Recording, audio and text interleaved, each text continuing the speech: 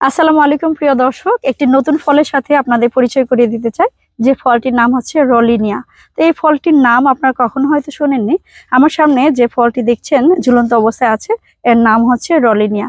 দেখতে প্রায় শরীফা ফলের মতো এবং ভিতরটাও কিন্তু শরীফা ফলের মতোই হয়ে থাকে। আর এটি খুবই মিষ্টি স্বাদযুক্ত, ভিতরের অংশ সাদা এবং সুগন্ধিযুক্ত হওয়ায় একে অনেকেই প্রাকৃতিক ক্যান্ডি বলে থাকেন।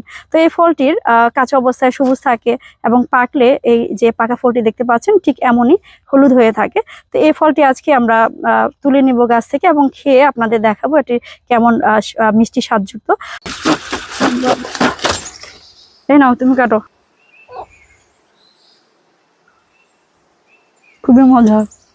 এর যে ফুলটি আছে প্রায় 3টি পাপড়ি যুক্ত একটি ফুল এবং এর যে ফুলটির এটি মূলত যে কীটপতঙ্গের মাধ্যমে পরাগায়ন হয়ে থাকে। তবে কেউ চাইলে অর্থাৎ ফলও নিশ্চিত করতে চাইলে হাতে পরাগায়ন করতে পারেন, তাতে আপনার ফলটি কিন্তু নিশ্চিত হবে। এবং এই যে ফলটি দেখা যাচ্ছে এটি হাত পরাগায়নের ফলেই প্রাপ্ত একটি ফল। তো এর ফুলের খুবই সুন্দর গন্ধ রয়েছে, যে গন্ধে পুরো এলাকা মাতোয়ারা হয়ে থাকে।